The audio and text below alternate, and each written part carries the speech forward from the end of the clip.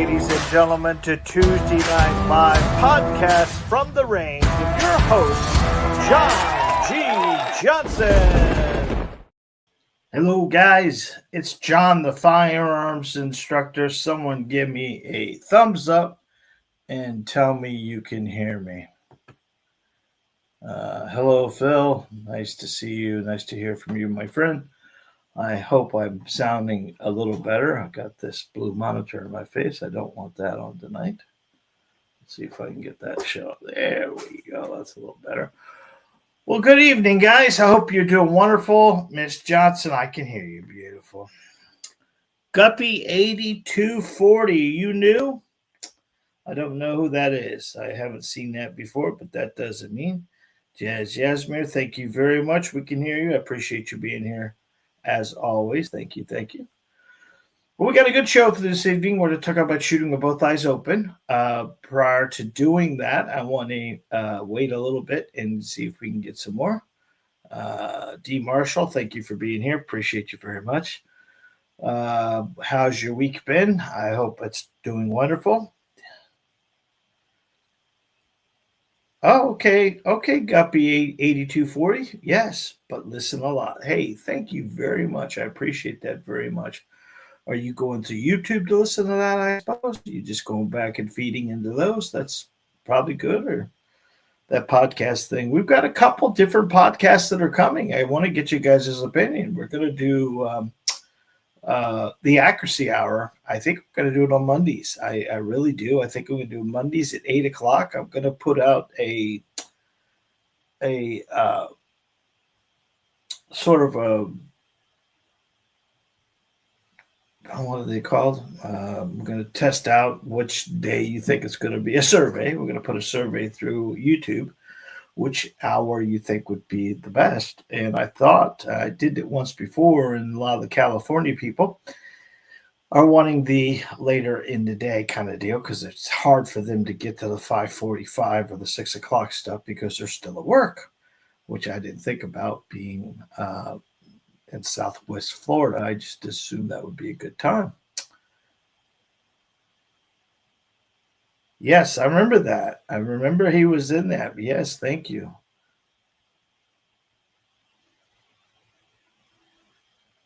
Sure. Yeah, definitely could bring his G3C. I'd love to have him. If you go to my website, he can book one of those. I gave him a discount on a basic one that evening. I'll still do that for him. Have him call me instead of it paying the full 125 for the class. We'll do that $85 deal that we did for everybody else in the class. I told him I would take care of him on that. So if you'd love to have him call me, I can get him on the $85 deal. Now, he's not going to be able to go to my website and book the $85 deal. He's going to have to call. But we definitely, my question is, what are you doing? Are you shooting? Are you a shooter? Should you come with him? Probably. And I work with women just as much as I work with men. So I would love to help you become more proficient with that pistol as well. Been working on the channel, the actual room here, and I don't know if I sound any different or not, but I did put some sound deadening on the back here, and I'm working on the sound deadening on the other side of us to see if I can get a little bit more not so echoey in here. I think I can tell the difference, but I may be just crazy. But we'll see. I don't know if I don't think there's an echo. What do you guys think? Is there an echo? Echo. That's I'm messing the reverb, guys. I apologize. Yeah. So look a little paley today. I don't know what that's about, but I got to get that figured out. But I'm still playing around with this stuff.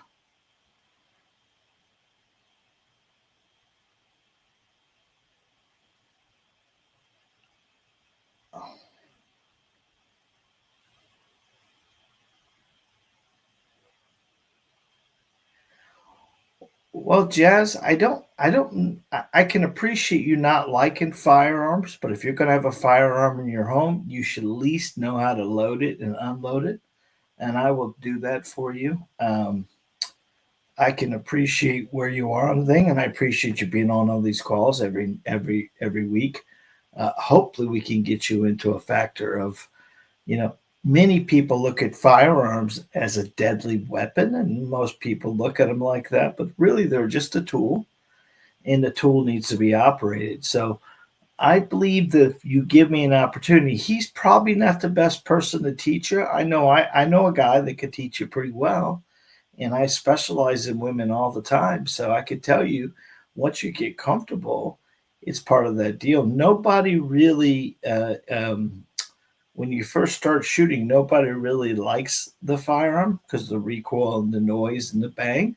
But ideally, it is something that it's going to be in your home. You got to at least know about it. You got to at least know about how to load and unload and everything else like that. And the first step is you wanting to do it, and no one can make you do it. You just got to want to do it. And once you want to do it, it makes it so much easier for your knowledge to come there. Okay. So thank you. But yeah, let him know. I would love to help him as much as possible. He was a great student that night, and he shot pretty well already with my pistol, so I know he'll shoot well with his. But definitely. So tonight we're going to discuss the master class real quick. The master class is a class we have coming up in December the 1st. And what this is we did this 4 or 5 times already. And you guys know Phil. Phil has done the master class with us. Uh, and Phil's been on my Tuesday Night Live for a long period of time. But Phil took the master class and he's taken the handgun training system and he's done a lot of different stuff. And basically, what it does, guys, it gives you 4 weeks working with me on a webinar style program. We give you a drill a week. You take it to your nearest range because we do these coast to coast, you understand. Our first class we ever did, we had Washington State to Boston, Massachusetts, and all in between were students that were going to call on Monday nights at 7 o'clock. And we would give them the drill of the week. They would go out to the range and shoot it, working on a fundamental, maybe working on trigger control, maybe working on trigger press, maybe working on sight picture or sight alignment, and really getting the fundamentals down. Kurt, how you doing, buddy? Welcome to New Jersey. Appreciate you being here, pal. And that Wednesday and that Monday night class, we actually have you send in your targets for the week, and I review them, find out what you're doing wrong, and try to support you and help you to understand that aha moment where you're doing something perfect. And it makes it so much easier. The masterclass is 4 weeks working with me, getting the grip, the stance, the trigger control, the sight pictures, the sight alignment, the dry firing, and all the things you need to be the most proficient you can with a pistol. Not only do you get to work with me for 4 weeks, but if you sign up in the month of November, I'm going to give you a 1 hour free consultation call. No, not 1 hour, 15-minute consultation uh, of your targets and stuff like that and see where we are on the masterclass. Plus, we're going to give you the free masterclass ebook. The 15-minute consultation call and the ebook is a $75 value. Working with me for 4 weeks is only $89.99. It's in the link in the descriptions down below. We're only taking 20 students during this master class, and I would ask if you're really sick and tired of missing at the range and you're looking for that one thing that will help you become more proficient and more uh, uh, accurate with a pistol, the master class is that one thing that will put you over the edge and over the top. It is something that a lot of students get into it and then go, oh my gosh, it's so simple. I just couldn't put it all together. And that's what really shooting is all about. It's not really, it's not rocket science, I always say. It's not complicated. It's just complex. And there's a lot of little tiny things we got to put together. But once we got those things together, you get that aha moment. All of a sudden, you become more accurate with a pistol right off the bat. And it just makes it so much easier. That's why we put the YouTube channel together and these lives we do and all the stuff we do to motivate, educate, and entertain you. And hopefully, you get something out of it. Speaking of something out of it, we have our ebooks. Don't forget about those. If you haven't got one of our free ebooks, they're all in the description down below. If you haven't got a free one yet, put one in the cart, put the word free book at checkout, and it's yours for free, gratis. Now, guys, those books are only $2.99. They're on sale from $3.99. If you want to support a family-owned business like mine, go ahead and throw a few more in the cart. What are they about? They're about grip, they're about stance, they're about trigger control, they're about sight picture, they're about sight alignment. And at the end of it, it'll make you an over-rounded, better shooter for having the knowledge. And this knowledge comes from me, but it comes from you. I learn from every student I take to the range, every student I shoot with. I get something out of it. And that's why we do this stuff we do. So let's get to the program this evening. Now, if you are new to the channel, who am I? I am an NRA and USCCA certified instructor. My name is John Johnson, and I own a firearms training facility in beautiful Cape Coral, Florida. And I specialize in you. I specialize in the first-time shooter, trying to get everything figured out. And sometimes it's just easier to watch a few of my videos that'll make you more proficient and comfortable. It's not the big stuff that's causing inaccuracy. It's the little stuff. And we just did a bunch of videos last week and the week before and the week after that. We do tons of YouTube videos. That's where most of the stuff comes from. We are getting more and more and more subscribers because of people just like you. So that being said, tonight, if you find any value, I don't want you to do it right now, but if you find any value what I give you this evening and you are not subscribed to our channel, because tonight we are live on Facebook, we are live on YouTube, and we are live on Rumble. So if you have an opportunity to be on any of those, now I can see Facebook, and I can see YouTube, but I can't see the comments from Rumble. So I apologize about that. That's part of the deal. Rumble doesn't push back this way. And I finally got out of jail on my business Facebook page. So next week, I most likely will be you'll be on that as well. So those people have to post this after the fact. You know Facebook. They're always doing something.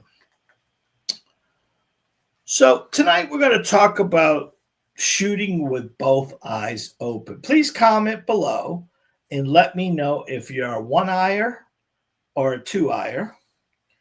That's the first thing I want to know. And then comment below again and tell me, do you know your dominant eye? Are you right-eye dominant? Or are you left-eye dominant? And then one last thing, tell me what hand you are. Are you right-handed or left-handed? I am right-handed and right-eye dominant, and that's the easiest shooting method you can get to. Although right-handed and right-eyed students mostly shoot low and left, and that's most likely because of where the gun is over their nose and not over their dominant eye. Okay, D. Marshall says both. Phil says both eyes. Beautiful, Phil. That makes sense because I've been teaching that for a while. We have D. Marshall says right. Congratulations. Pretty easy. Where is my right-handed, left-eye dominant student? And where is the left-handed, right-eye student? There's got to be somebody here listening tonight that has that. There it is. Phil's more right-handed, but left-eye dominant. Phil, that's very common. Very, very common to be that way. It's kind of unique now because of all the people who wear glasses and contacts. It's set like that an awful lot, so it's pretty easy. Yeah, there's Kurt. Kurt 53. There we go. He is there. That so just okay. Guppy right hander. There we go. Good. So that being said, okay, John Diamond. Good, good. Now, the question I want to ask you is how many of you have a problem with shooting low and left? Low and left. If you're right-handed and right-eye dominant, how many of you are running low and left? And then tell me how many people Popeye look at the pistol with one eye open and one eye closed, and how many are looking at it both eyes. What tends to happen to most students is they have a problem with their dominant eye coming in and out, and our focus becomes a little more challenging as we do it. And what tends to happen with students is that if we concentrate with both eyes open,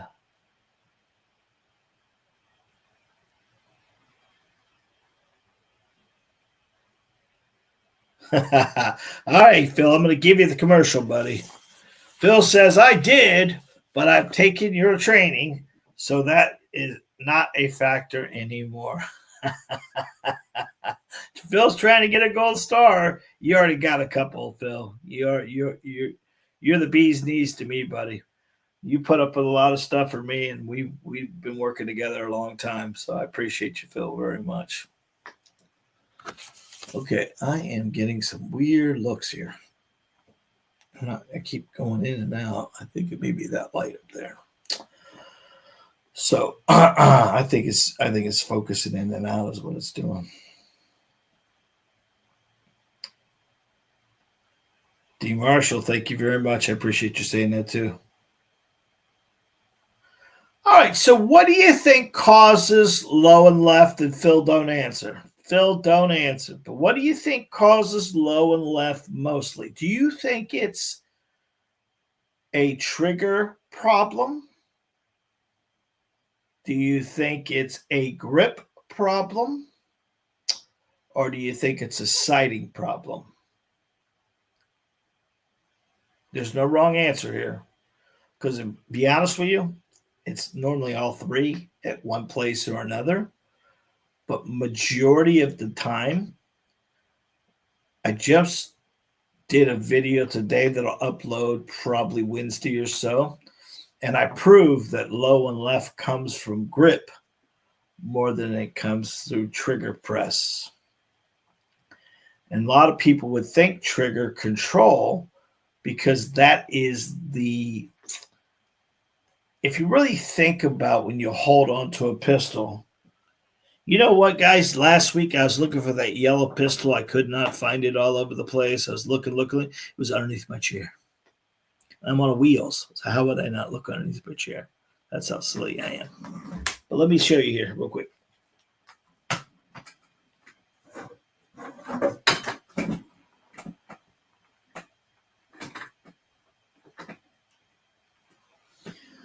Okay.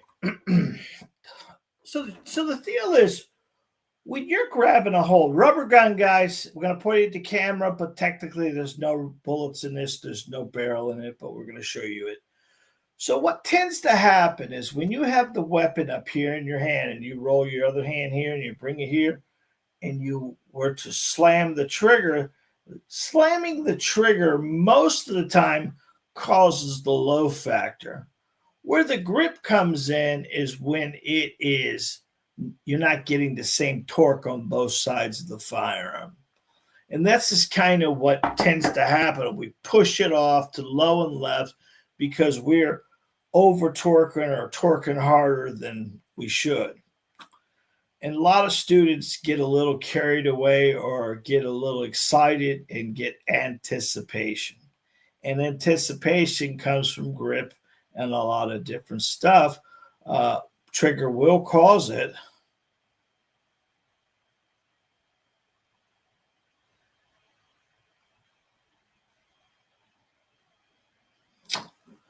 So, hey, 1966, I'm shooting low and left when targeting at 15 yards. When I'm 7 to 10, I'm right on the target. We got to watch. A lot of times we may get a little bit of trigger creep, which will bring it in there as well. You know, the more movement or manipulation we have at those distances, we can be very acceptable to getting some push out there. And you may be pushing or healing. You know, grip is one of those things. It's not front and forward, it's 360. And we're putting pressure on different sides of the firearm because many of you who are right handed and have never taken a training class before, a lot of people over grip with their dominant hand just naturally because you're right handed. But technically, most of your power is going to come from your non dominant hand if you got the proper grip. Now, a lot of people are doing the crush grip, which I shot this today. That's when you have your thumb buried and you take your other hand and put it over top of it. That crush grip gives you a big gap on the firearm, and that's going to definitely give you some left shots there. Definitely some left shots. So uniquely, we have to make sure we're putting it all together. So what if I told you that most of that stuff's happening because you're closing an eye when you shoot? You're fighting your perception, putting that together with a bad grip, putting that together with a slap of a trigger maybe, and it becomes a whole little bit of a problem, a hole we're digging ourselves into. Because in the last 3 weeks or so, last 3.5 to 4 weeks, we talked about a couple weeks ago about front sight focus. And I did a review today on my YouTube channel on the Smith & Wesson Shield X. That's the newest one. What a great pistol. What a phenomenal piece. And I dumped 10 rounds downrange, all in a little small circle. And I kept both eyes open. And that's my technique now, is front sight focus, both eyes open. It makes it so much easier because we're no longer focusing on the target. And this is another thing that guys do wrong, or people do wrong, is they're too much on focus on the target. And it's because of me. It's because me teaching you the wrong thing. I had an aha moment about 3 weeks ago when I did a video, and I talked about front sight focus. And if you don't know what I'm talking about, it's pretty simple to explain to you the easiest I can. And it's just us focusing on our front post and making sure whatever we're aiming at has a blurry effect, and your back post has a blurry effect. So to make it simple, if you're in your room right now, anybody watching this video, go ahead and put your finger up in front of you. Let's go ahead and use this target over here. We're going to focus on, I got to do my finger here though. We're going to focus on the target itself. Focus on the target itself. Focus on the target itself. I am noticing the target is very crystal clear, and my finger starts to get a little blurry. Now, what I want to do is I want to switch up to focusing on my front fingernail. And what you'll see now is that target gets blurry. And this is front sight focus. And if you try this at the range,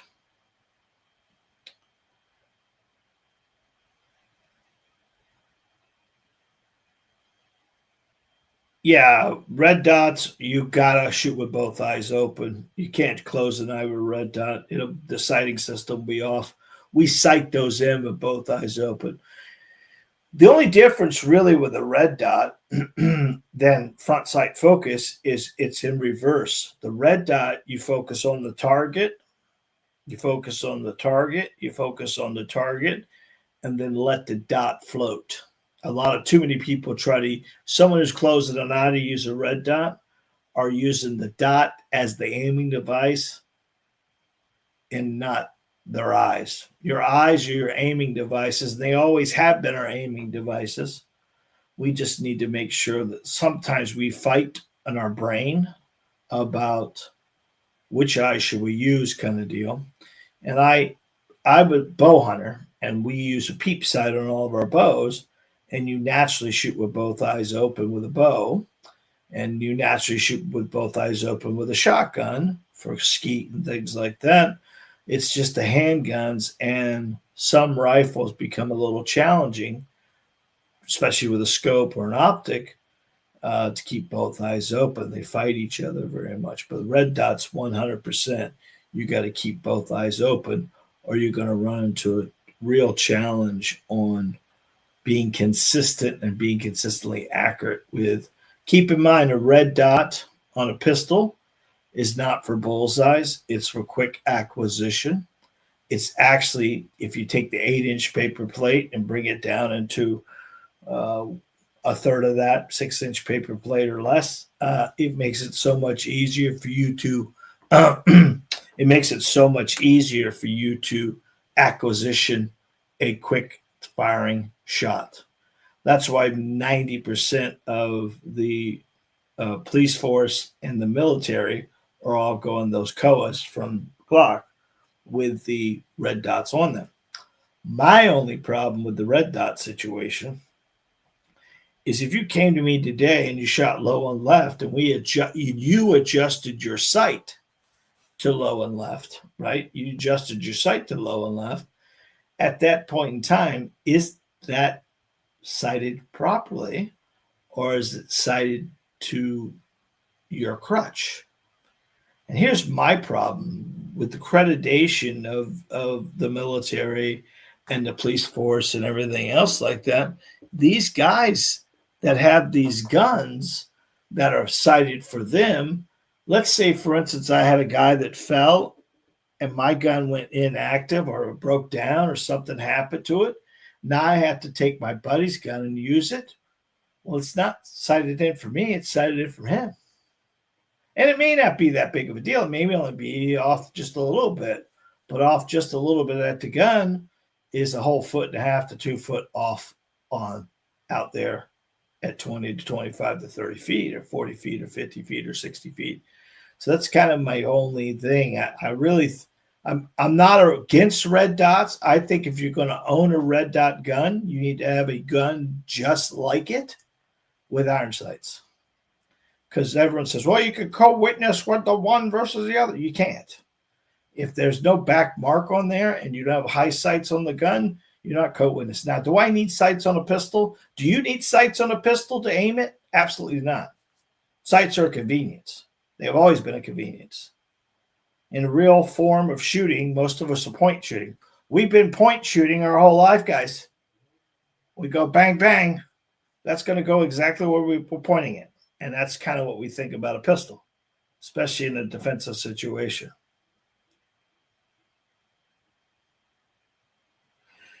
Rob, I would tell you sight it out as far as your furthest distance you're going to shoot. And then you'll adjust as you bring in. You'll find if you sight it in at a very short distance, the longer distance will be whacked out. We have our furthest distance is 33, well, about 10 and a half yards, almost 11 yards out. We sight everything in at the highest distance, longest distance we can. That's our interior distance of our training facility. We sight it in as deep as we can, and then we bring it back in to show the customers that basically from zero, from when it comes out of the barrel to the furthest distance, you have a very small bullet drop at all. And that's kind of the way I would do it. Sight it in as deep as you can. Again, laser bore, whatever you want to do it sight wise, you're better off hand sighting it in than using any kind of putting it in a vise or anything else. Like that'll get you on, but you still, red dots are just as accurate as you are. And if you're pulling the trigger, you're going to pull that shot. The red dot's not going to make you more accurate. Now, you can have the weapon adjusted to your inaccuracies, but at the end of it, you still have to control muzzle flip. You have to control recoil. You've got to get a good grip. You got a good, because you can still shoot low and left with a red dot. Because if you pay attention to it, it's about the manipulation of the whole pistol when you're doing it. If you're trying to squeeze the gun, I tell students all the time, I got something here. I know. Yeah. I tell students all the time, I put my hand out in front of them and I have them hold my hand and I put my hand out there and I say, this is an orange. Squeeze the orange. Now, how many of you would take that orange and squeeze it with one hand like this? Well, that would work. You would get the juice out of it. But if I had both your hands out there and I said, squeeze the orange, this is what I want. If you bring your hands together, put the orange in the center and bring your hands together, you'll feel your pecs kicking. And if you're using your pecs to control the pistol, gentlemen, ladies, you're going to use your back muscle. It's a push and a pull. Push out and pull back. And that'll give you your back muscles, ladies. But if you do that, then you're putting some leverage on the pistol that you can control.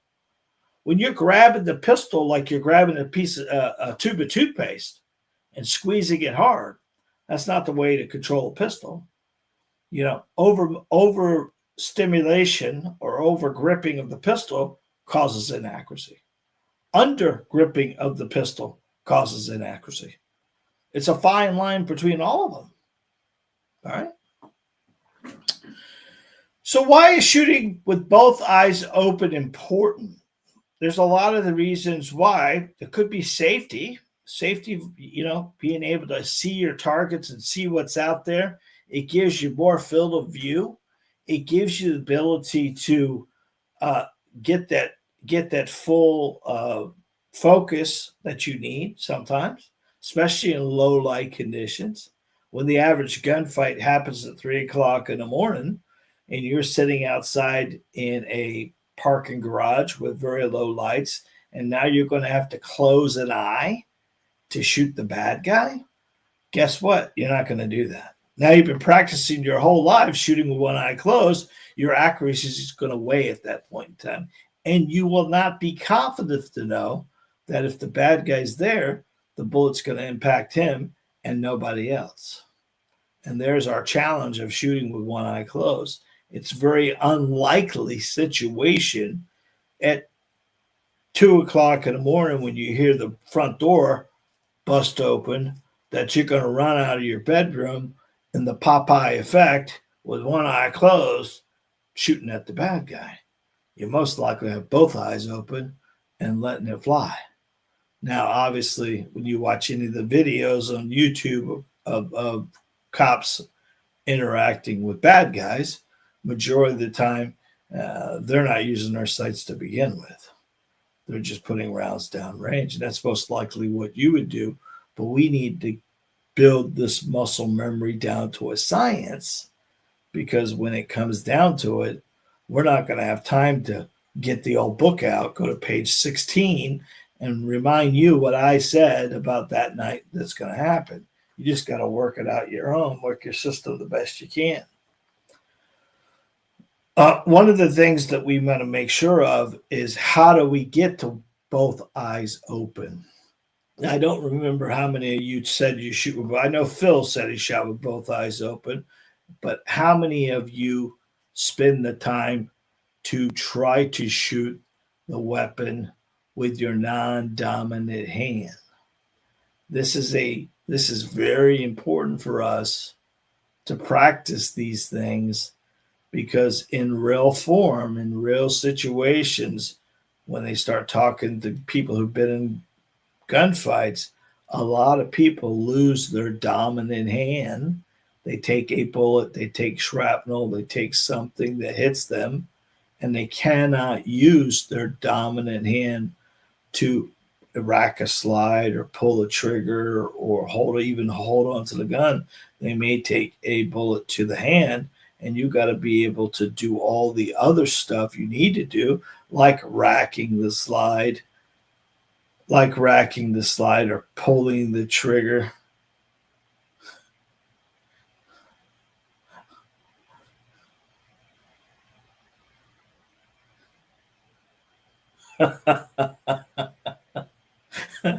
All right, Robbie. Rob says, not at 2 a.m. I barely get it, and I open it all that time.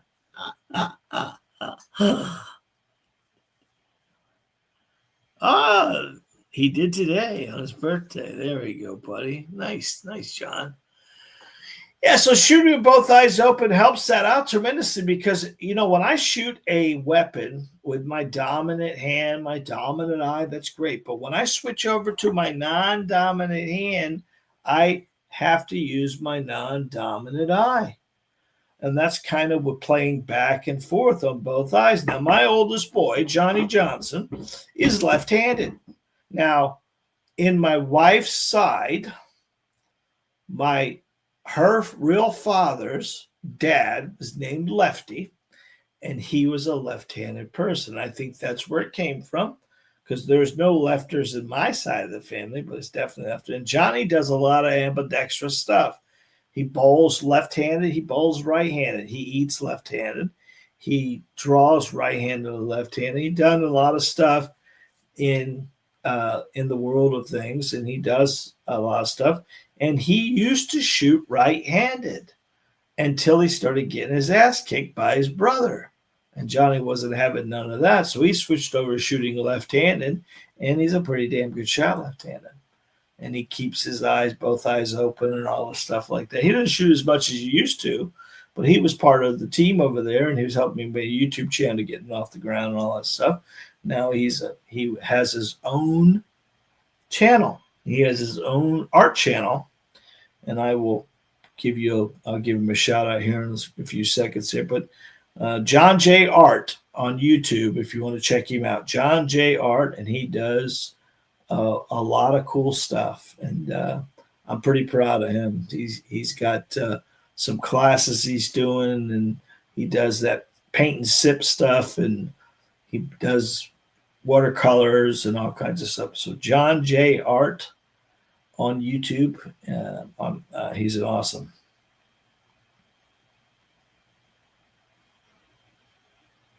That's cool, Rob. That's cool. My daughter is Ambi. Right throws left. Wow. Yeah. What's funny is we didn't realize Johnny was left-handed until T-ball. Johnny was smart enough to know that if he hit down the third base line off the T-ball, he could get all around to third base because those kids had no idea. He's always been above his age and above his edge, and he would just switch it and T-ball. He looked so good. Johnny and Jacob looked so good in a baseball uniform. I didn't know shit about baseball. Heidi played softball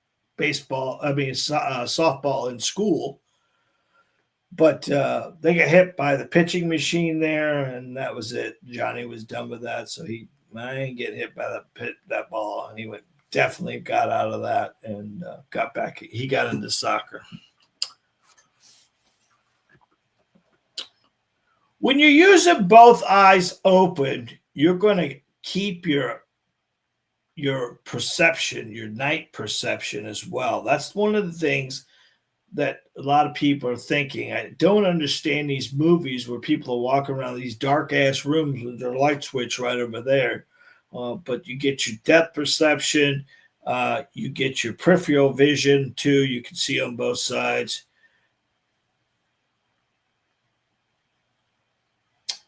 A lot of times your brain will play tricks on you as well and shadowy effects. So keeping both eyes open definitely will make it easier for you. You got to know your dominant eye, guys. And I think what we do here is just do a real test real quick to make sure you got the gun over your dominant eye. The easiest dominant eye test I can give you is the triangle test, where you put your hand in the triangle just like that. Keep both eyes open. Focus. I'm focusing on the camera today, and I'm going to bring the triangle back to my face. It's going to go immediately to my dominant eye. The dominant eye is a factor for us because that's where the weapon and the eye have to meet up together. We've got to bring it over here instead of bringing it over your nose. I think that's one of the focus most people do is when you're shooting a pistol and you've got the gun over your nose, directly over your nose, you already got the gun to the left a little bit. But if you turn your chin and eye and marry up together like this, you're going to have that weapon more over your dominant eye, which will make it very easy to line the head and the eye together. Keeping the head and eye together is a more natural. You don't want to tilt your head over there. You want to move your chin over there and get you over top of the pistol. This is going to help us tremendously be directly over the pistol. Because remember, you guys are a turret on top of a tank, if that makes sense. The turret on the tank does 360. The barrel moves up and down. We can't do 360, but we can do 180. But you need to think about your hips are the pivot point, and you keep your arms up in your line of sight, in your line area, and you bend at your waist to move the gun up and down. It definitely will help tremendously to get you over the pistol and straight. Because once we start that program, then it makes it so much easier for to see it. The reason why we close an eye is because we're trying to look through this, the back sight, the front sight, and the target all at the same time. And it becomes so challenging for it when you get yourself focusing on your front post only and everything else is blurry. It makes it so much easier for you. And you really don't have to worry about this crystal clear sighting system. Because that 30 inches, there's where most people are going to get either the blur or they're going to get crisp. And if you're out here at your arm's length and it's a tad blurry, here's a little hack for you. Run over to the dollar store, pick up some +1s, +2s, +3s, all that stuff like that. Those will give you more leverability, that's not a word, leverage to get the sight as clear as you can get it. And it's not a dollar store anymore, it's a $1.25 store, but you can get a few of those, and then you can always have a pair that you can do. Hey, 1966, I lock my arms. I don't lock, but I don't have any bend in my elbows. I don't have my elbows out. I bring it out. I want you, if you want to try this real quick, just bring your hands together and squeeze your hands together. Bring them here and squeeze together. That's the feeling you need to have. If you're feeling your pecs kick in, that's the lock of the elbow I want.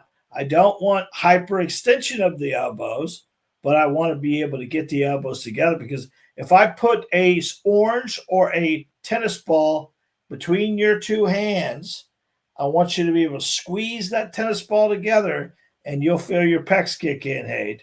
And if you do that, then you're putting the right pressure on the sides, because what happens there, now we have the back of the firearm coming here, this side of the hand coming here, this side of the hand coming here. We're pushing out, pulling back, and we're locking out that whole system, which allows the weapon to stay level. And still, when we're cutting the next shot, what tends to happen to most people is they cut a shot, they look over the pistol to see where the bullet impacted, then they cut another shot. It's going to go totally different because you're not following through. So we lock the elbows, not lock them, but keep them stiff. Then we're going to stay. All we want that gun to do is rise a little and fall, rise a little and fall, rise a little and fall.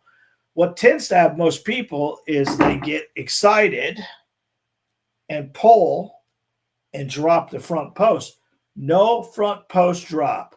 The front post drop indicates a low shot and a low impact.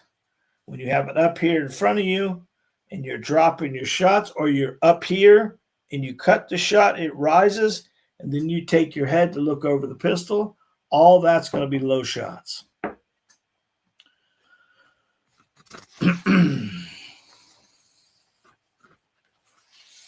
The easiest way to practice both eyes open is to squint an eye first. Work on squinting. If you're really having a problem, Miss Johnson had a problem with it. And all I did was take a pair of safety glasses and put Scotch tape on the left eye. And it made it blurry, made it hazy, and it made her be able to keep her eye open after a little bit, right? But it took a little bit for her to get that. And you could always put a dot. You ever see the Olympics guys? They put the dot right over their eye, and that kind of keeps the one eye open so they're not squinting or doing any weird thing. And it just helps them start focusing on keeping both eyes open. It's just something you're going to have to do a little bit of. And you're not going to be able to do it at 7 yards, 10 yards. You're going to have to do it at 3 yards. You have to do it at short distance. You can dry fire, guys. You can dry fire in your room. Make sure there's no ammo, no magazines, nothing like that.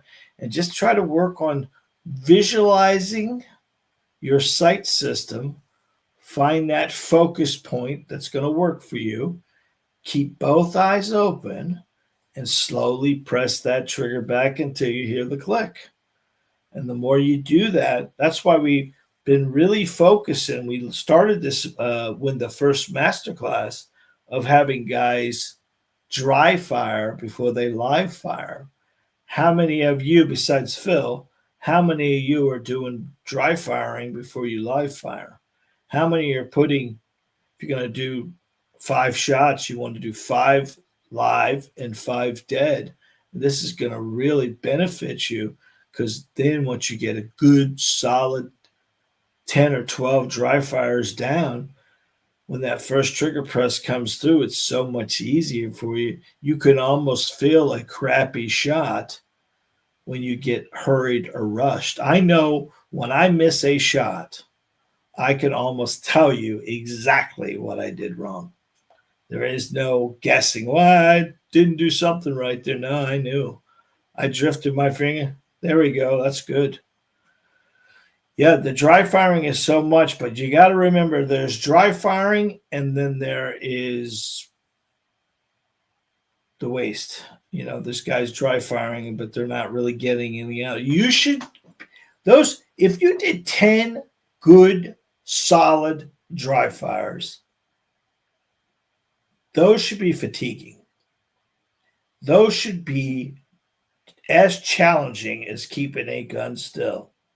And I find that most people say, I dry fire, but when I'm racking and I'm doing all that stuff, I'm just losing some of my power and grip. And that's the one thing I would tell you.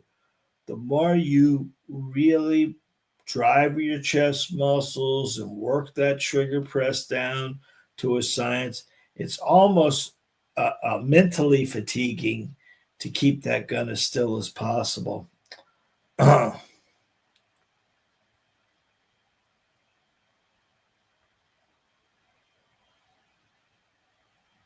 that's the way to do it, D. Marshall. It makes it I find that when I did it, and I did it for training classes and stuff like that, I have students do it as well, because I just want them to understand when I say, as an instructor, my job is to say it as many times as possible in every different way I can until one of those soaks in and hits you. And then you look at me and go, you should have said that to begin with. And that's kind of what we do, because I need to say it. We joke and kid, but we do big group classes. not that I'm cutting on anybody or anything, but I go as slow as the slowest person in class. And when I see the slowest person in class getting it, then I know the rest of them have got it. And not that the slowest person stands out, but I visually see in people's eyes when I'm talking to them, are, is this soaking? Is this working for you?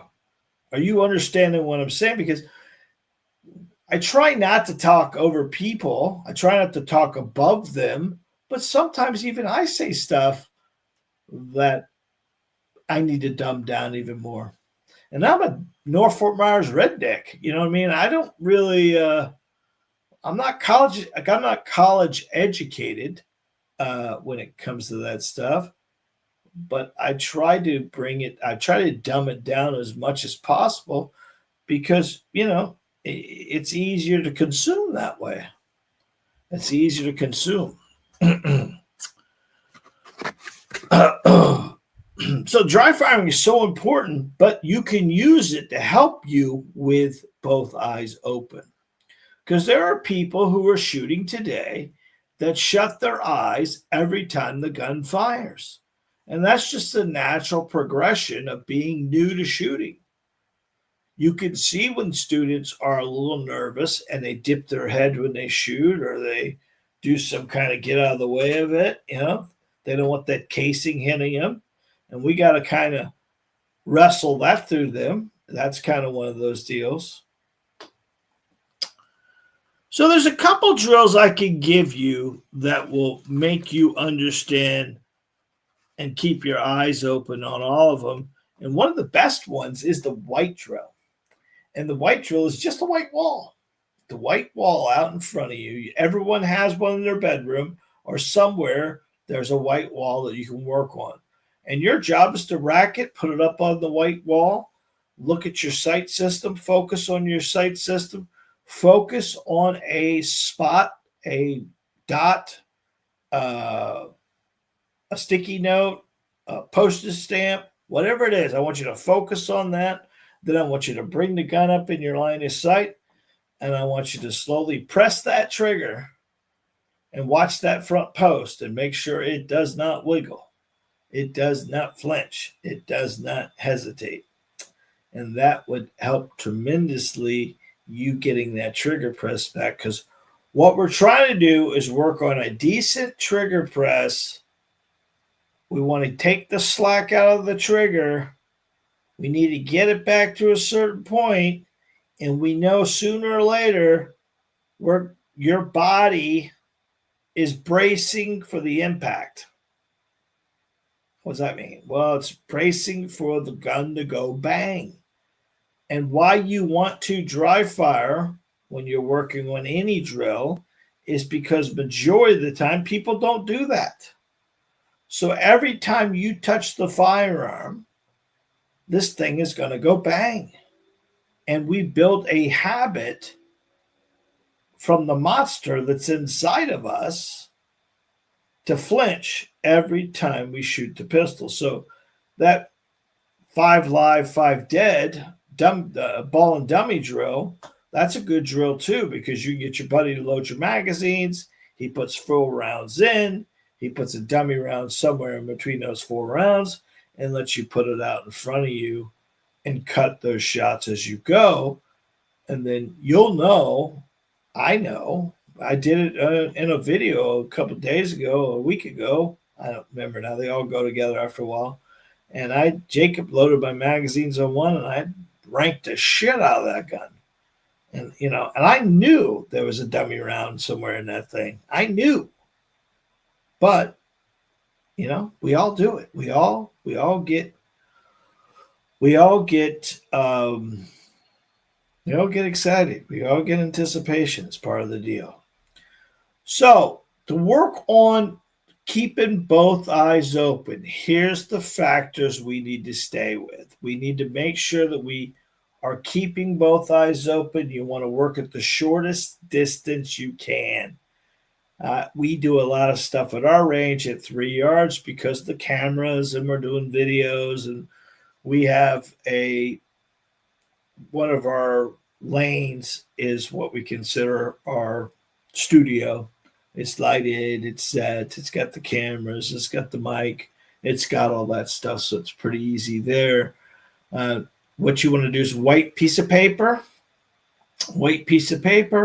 put it out in front of you. This is not about accuracy at this point in time. What we're going to do is we're going to put 1 round, 2 rounds, 3 rounds. Doesn't matter. 1, 2, or 3. You only shoot 1 round at a time, though. You can put up to 5 if you want to, but no more than 5. And then what I want you to do is bring the gun out in front of you. I want you to concentrate to keep both eyes open. I want you to push out the gun, get it over your dominant eye, and I want you to slowly begin to apply pressure to the trigger until it cuts. Bang. All right. Now focus on where you were aiming versus where the impact was. Now, do it again. They should be correlated to each other. Remember, that bullet should not be below where you're aiming. That bullet should be where your target, where you're aiming your front post. It should impact where that is. Because a lot of people tend to shoot and pull, or anticipate. So we need to focus on the white drill like that, with keeping both eyes open, bring it up in front of you and cutting the shot. The bullet is rising to the line of your sight, you understand? Because that bullet, if it flew straight, and bullets don't fly in a straight line, but if it did fly straight and your sights were there, they would never touch each other, because you have your bore axis, which is here, and your sight is here. And if those two were straight lines, they would never see each other. But what happens to this is when it comes out of the gun, it rises into your line of sight at about 10 to 12 feet. And that's the arc it comes in, and it falls back down. If you pay attention to any barrel on a pistol, I've checked, double checked, triple checked. This is unloaded. It's in a rack slide. But you see how that barrel is at a raise like that? Because this barrel is shooting. That bullet goes up and then falls back down. Because if they did not adjust for gravity pull, no bullets would impact where they need to impact.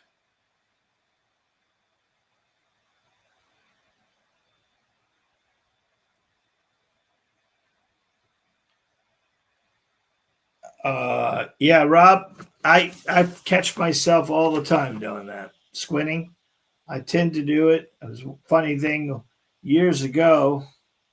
It's almost been 2 years now. 2 years ago, I went to get my renewal of my driver's license, and I had to get glasses for the very first time. Now I don't even realize.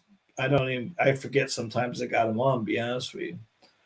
But I can't see. I mean, I can see without them. It's not a problem, but it's kind of weird. But I was doing a video for YouTube, and one of my subscribers, or one of the people, said, "I thought you told us you shoot with both eyes open." And I go, "I do." And he goes, "No, look at 1 minute and 24 seconds." And I go that video. When I close, I'm weakened. I'm weakened like you would not believe. And I went, "Johnny, your video. You're my video guy. How you let me do that?" He goes, "Oh, you've been doing that since you got your glasses, Dad." So I had to relearn how to shoot with both eyes open with glasses. So I'm thinking to myself, imagine the people who have glasses, and at 2 o'clock in the morning, they ain't gonna have their glasses on. So we need to focus on that front post as much as possible. But if you can't see the front post, it ain't gonna matter anyways. So white paper drill is a good drill. You could do that in the range itself. You don't need targets, but what we're doing is trying to keep both eyes open. Keep both eyes open helps out tremendously. You could play follow the leader, which is another one. And that's you cutting a shot on the paper plate and then try to put the next shot in that same hole. That's a fun one too. And then they have the blink reset drill. That's a you kind of keep both eyes open. You got the gun in front of you. You blink and you fire, and you blink and then you fire. The blink set like that is kind of a good one because it stops the vision strain. It stops a lot of stuff, and a lot of times people get out there, start focusing on the front post, and starting to see 2 and 3 things. Just squint real quick. Squint or blink real quick, and it'll click back on for you. And that's a good one because it helps tremendously. I know I have that problem more when I shoot left-handed, left eye dominant than I do when I have right-handed, right eye dominant. All right. The situation for you guys that are cross-eye dominant, that's where you're right-handed, left eye dominant, left-handed, right eye dominant. The more we can get the weapon over our dominant eye, it solves a lot of our problems. Because if we don't get that gun over our dominant eye, we're going to have it over our nose or something like that. The gun's going to have to be at some kind of angle to marry the eye and the weapon together. When you actually have it over your dominant eye, whether you're right side or left side, your look will be straight over the pistol more. So make sure you pay attention to that. Training with both eyes open and hand-eye coordination, it'll help tremendously, making it easier for you, whether you're right-handed, left eye dominant, or left-handed, right eye dominant. What sights are the best? To be honest with you, iron sights are, in my opinion, the best that you can do because there's no tools, there's no lights, there's no batteries, there's none of that shit. But if you're going to do red dots themselves, the focus point on the red dot is not the red dot, it's the target itself. The target itself makes so much difference for you because if you're focusing on the target, the dot will just float there and make it easier. It's going to be right there in your vision. You won't have to look for it. Too many people use the dot as an aiming surface, and it causes a lot of issues for you. Yeah, that blink thing, that was something that was many years ago that we were doing all that stuff during the trying to keep our focus going. The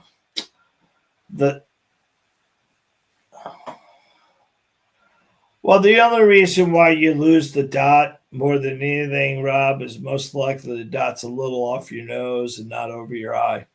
And that's commonly done. And it's kind of keep in mind that with both eyes open, it helps because when you get that gun, here's over your eye if you think about it, but you got the gun just a little bit over your nose, then you got to kind of turn your head to get over there.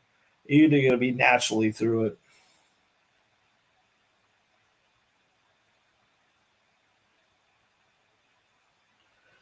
You can't do that. I can tell you that majority of glasses that you're wearing at this point in time for what we're trying to stop at the range, you're not trying to stop a bullet from impacting you.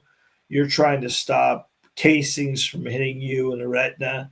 You're trying to stop any frangible or pieces of fragment of bullets hitting your eye. That's why safety glasses are so important. But every glass that we have now are impact resistant. They're not real glass anymore.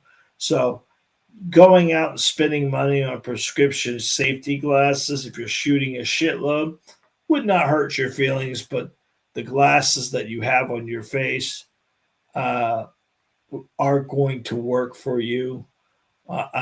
That's one of the greatest things of wearing glasses now. I never have to wear safety glasses. I sometimes leave the range and got my earmuffs on top of my head. I've been to 7-Eleven. I've been to lunch with my earmuffs on.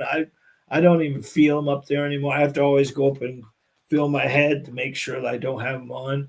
And sometimes when I'm leaving the range, Jake will chase me down and take them off my head because it's kind of one of those things. But it's a good point. If you have the ability to get prescription glasses, the only thing I'm concerned about is um, the cost. Yeah, the cost of it. I mean, I know it's your eyes, but I'm not going to say that don't do it. But your glasses you're wearing are safety glasses themselves. That's what they're designed for. Uh, yeah, as long as you don't take the gun out. Well, actually, Florida now we have open carry. I would never do it, but Florida does have open carry now, which I haven't seen anybody open carry. I mean, I kind of we don't allow open carry in the store. That's part of our deal. We never have. I mean, you can conceal carry, but yeah, I know it's a joke. I realize that. But Florida does. Florida does have open carry. What are the common problems of both eyes open?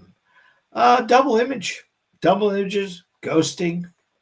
Um, uh, these are things that happen even with glasses. Yes, I physically have a lot of when I drive at night. I've got a lot of starburst. I have astigmatism, so my glasses, I see a lot of long string lights.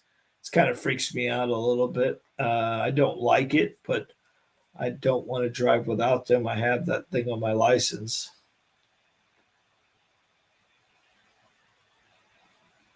Yeah, that's Glocks for you.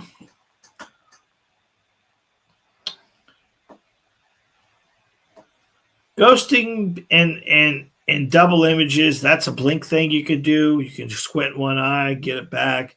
Squinting an eye, or you can do the tape glasses, the little button, put the little dot over your eye. Those all help us. Another common thing is head and shoulder tension, lowering your torso to shoulders. You want to make sure you don't do any turtling. This is very common for students to put the gun at a position and bring their head to the pistol instead of bringing the pistol to your eye. The more you bring the pistol to your eye, bring it up over your eye, looking through the weapon, the more accurate you'll be and the less tension you'll have on your shoulders by dipping it. It's very common for people to dip their head or move their chin or turn their head or this right here. This doesn't aim a pistol. This does nothing. It doesn't move your eye. We talk to students all the time. Turn your head, and they do this. Well, what did that do? That we're trying to move this eye over the gun.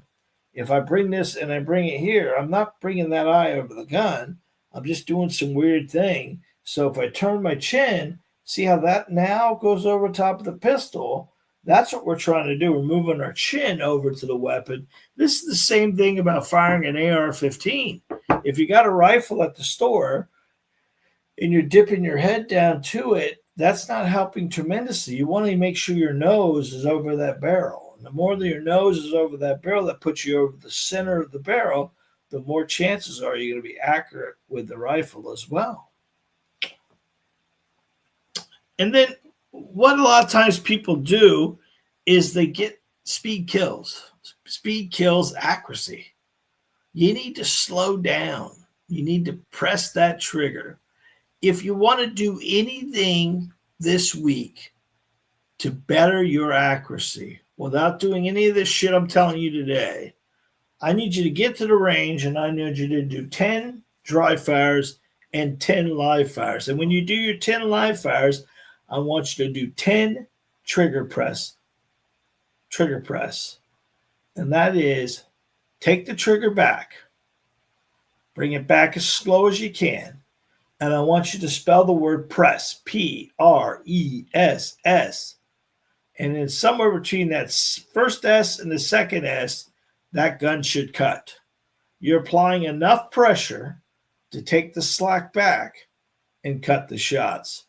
When you start bringing back the trigger in a slow, continuous pressure until the weapon fires, you'll start understanding how much trigger travel you have in that pistol to get that from finger touching the trigger to the gun going bang, back to reset to bang. And if you start understanding that travel, you're gonna make yourself a marksman. You're gonna be the best shooter you can be. Because now you understand the whole travel of the trigger to the reset, back to the bang. And that circle of trigger is the thing that we try to teach every student, because once you start getting that in your brain, accuracy is yours at that point in time. It doesn't matter what pistol you shoot. And that's what I shoot more pistols that aren't mine. They're students.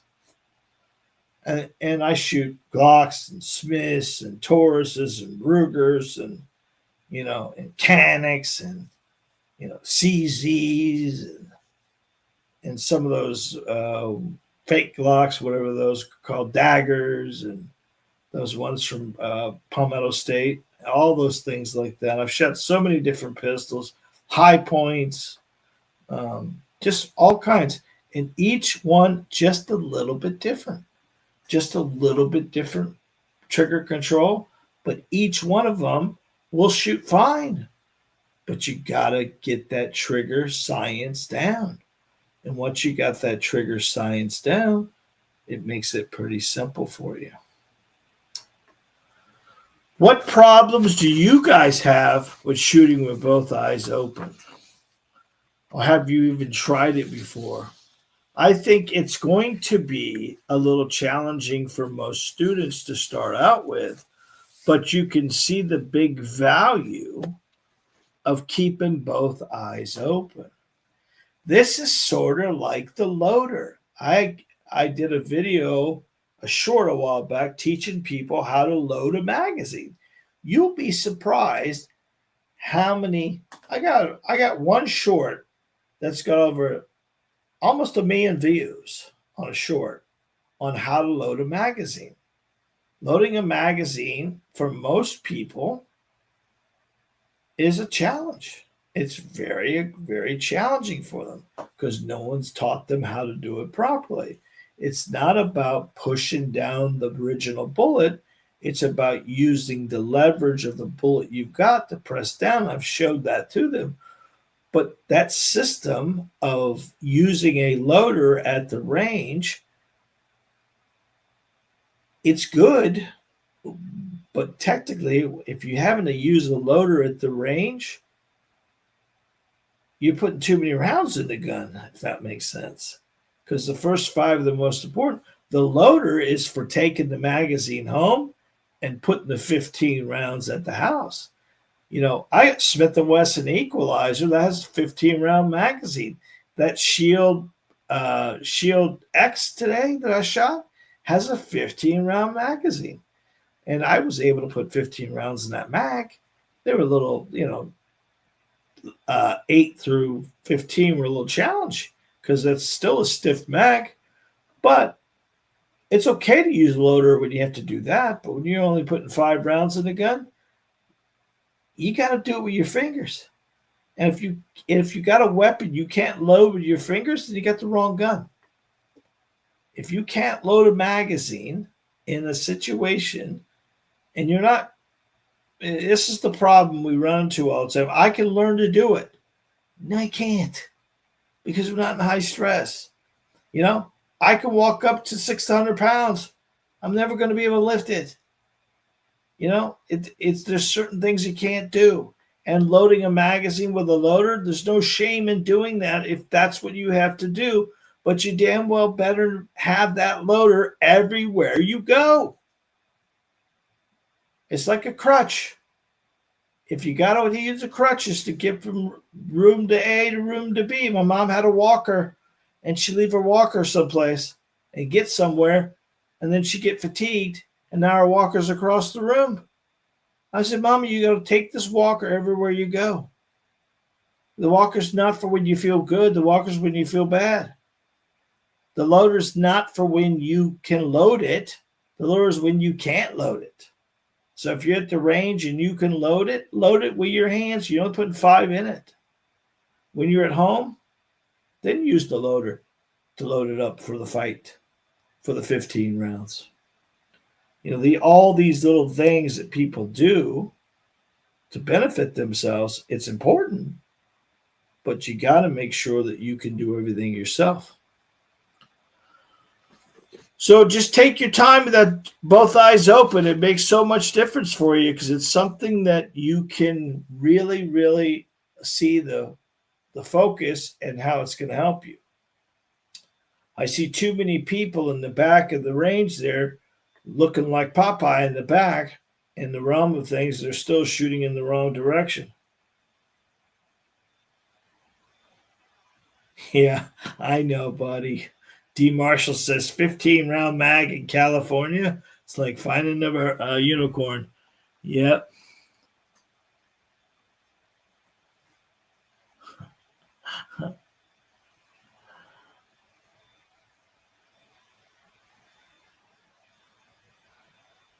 Yeah, loading the magazines probably, be honest with you, when I take a class together and I have a student do and they load these mags. Now, a lot of these manufacturers now have easy loading magazines.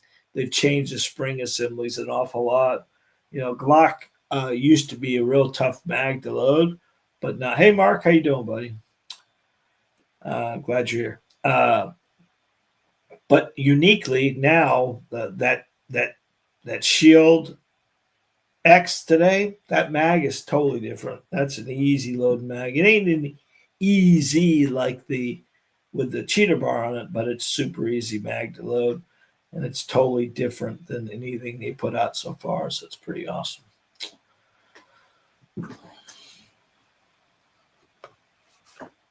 So shooting with both eyes open isn't just a trick; it's a skill that gives you an edge.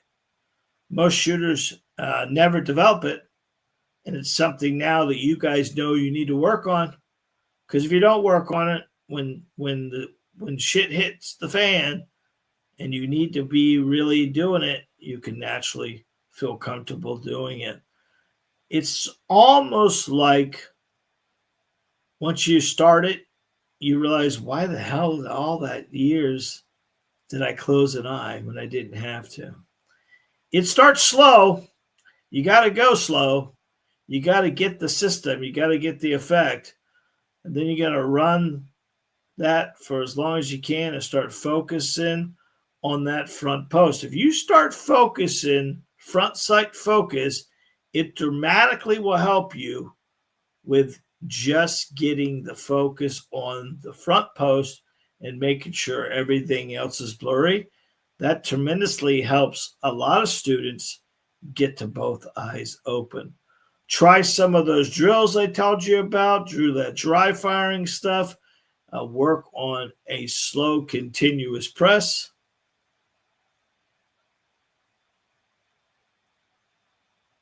Yep, slow, continuous press until you can feel comfortable. Remember, accuracy starts with you.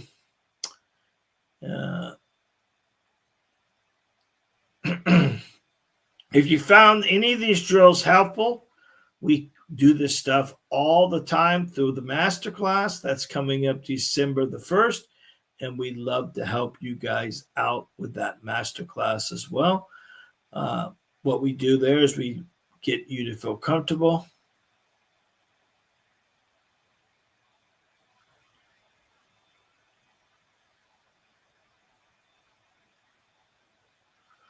Well, Mark, 365.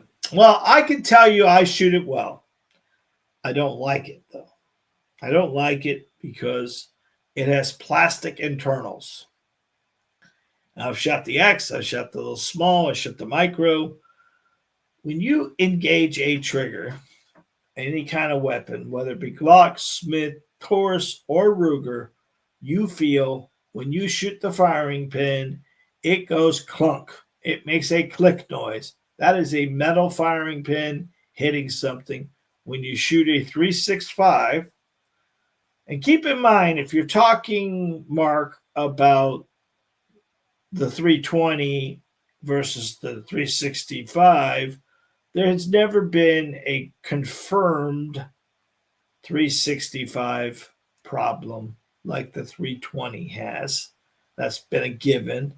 But as far as plastic internals go, firearms get hot to the point where if you shot a round and grabbed one of those casings and held it in your hand, it burned the shit out of you.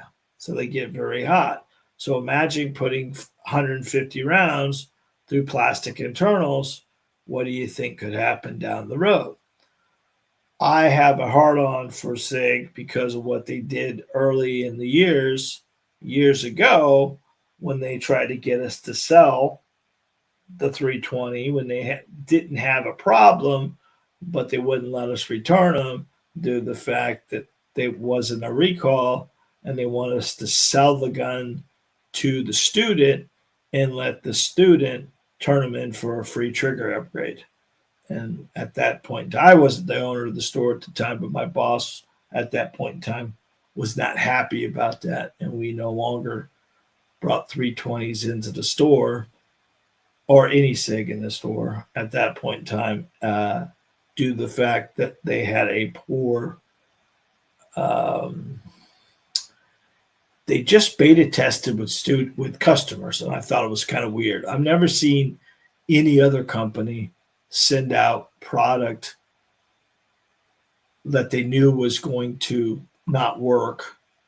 Like the 365's magazine when it first came out from the SHOT Show many years ago, that small gun with 12 rounds in it. It was hot, man. I mean, hot, bro. But they let them go out of the factory knowing that that magazine was not working. And then we had to send them back and they brought them back out, and bingo bango, all of a sudden it worked. Now, somehow or another, that serpentine into single took hold, and everyone got it at that point in time. So it made it easier. So I don't know what happened there. I don't know how everyone else got something like it, but as far as the size of the 365, as far as um, it's got a little bit more recoil than most stuff, but not too much. All right.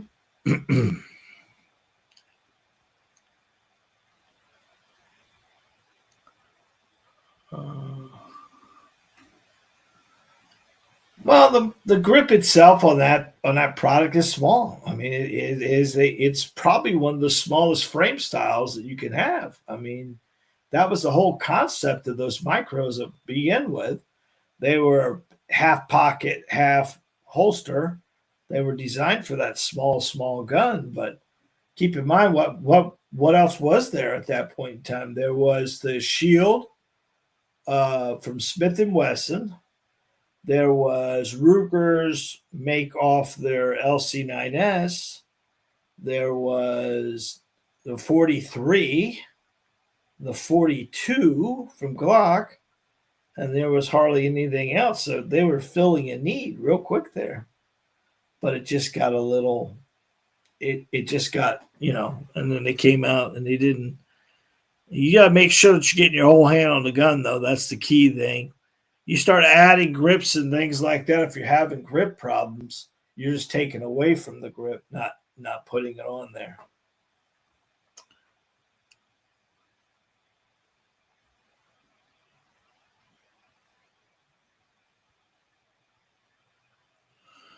All right.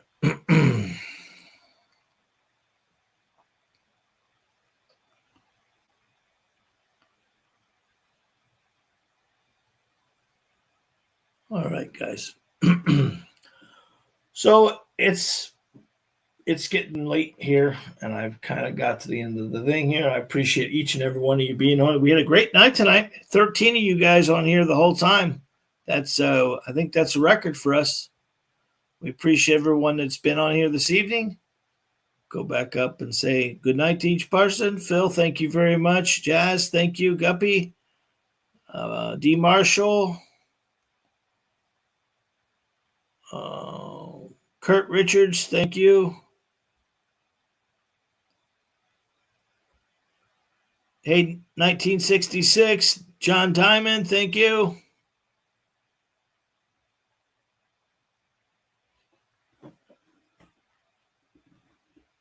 PNW Hikes and Tennis. That's new. Thank you for being here. I appreciate you. I don't think I've seen that before. Thank you.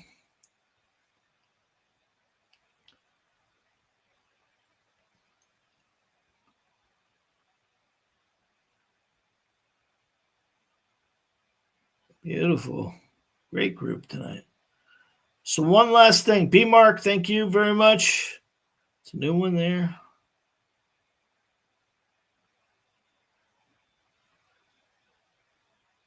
What you can do there, buddy, when you're actually physically shooting that 365, videotape yourself. See if you're getting a good, decent grip on it. You shouldn't have any gapping at all. That's the one thing. Make sure you're not double thumbing. That's the one thing most people do. Positive grip here. Positive grip here. This is what you want. You do not want to take thumb and crush thumb. Take thumb, crush thumb, or bring that thumb down. That's going to cause a lot of muzzle flip, which will cause problems. Guys, one last thing. If we did the accuracy hour on Monday nights, just take a survey from you. I'm thinking about doing it 8 o'clock Eastern Standard Time, 8 p.m. Eastern Standard Time. What's your thoughts on that? 8 p.m. Eastern Standard Time for the accuracy hour. And basically, that'll be a video of the week. That'll be a target of the week, and that'll be why that target is important. It was sort of like our handgun training system, but it's just going to give you the video of the week, and it's going to give you a target as well. So we're going to put this out for the group. Let us know what you guys think about that. You can always comment and let us know down the road. Accuracy hour, it'll be every Monday night at 8 p.m. If you think you'd be interested in it, that would be awesome. And we will get those things going. I think we're going to start that the first of the year. And we're going to put 4 or 5 in the can right off the bat. That way we can have it. And I do have another thing we're doing. It's 10 rounds. It's 10 magazines, 10 questions. And it's going to be a come shoot with me.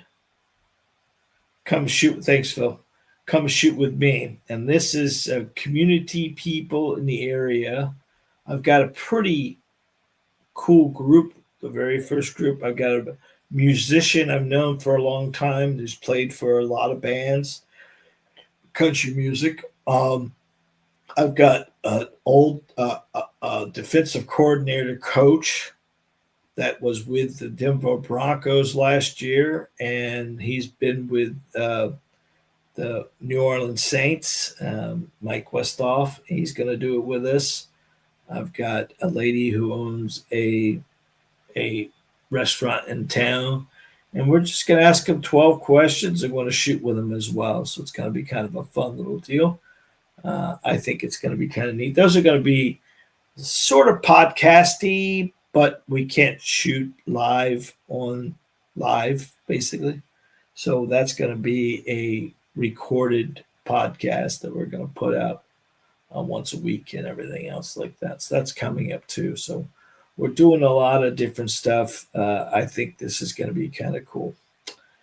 So that being said, we appreciate you being here. Thank you very much. God bless. Be safe.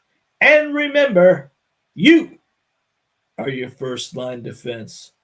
We'll see you, folks. God bless. Good night.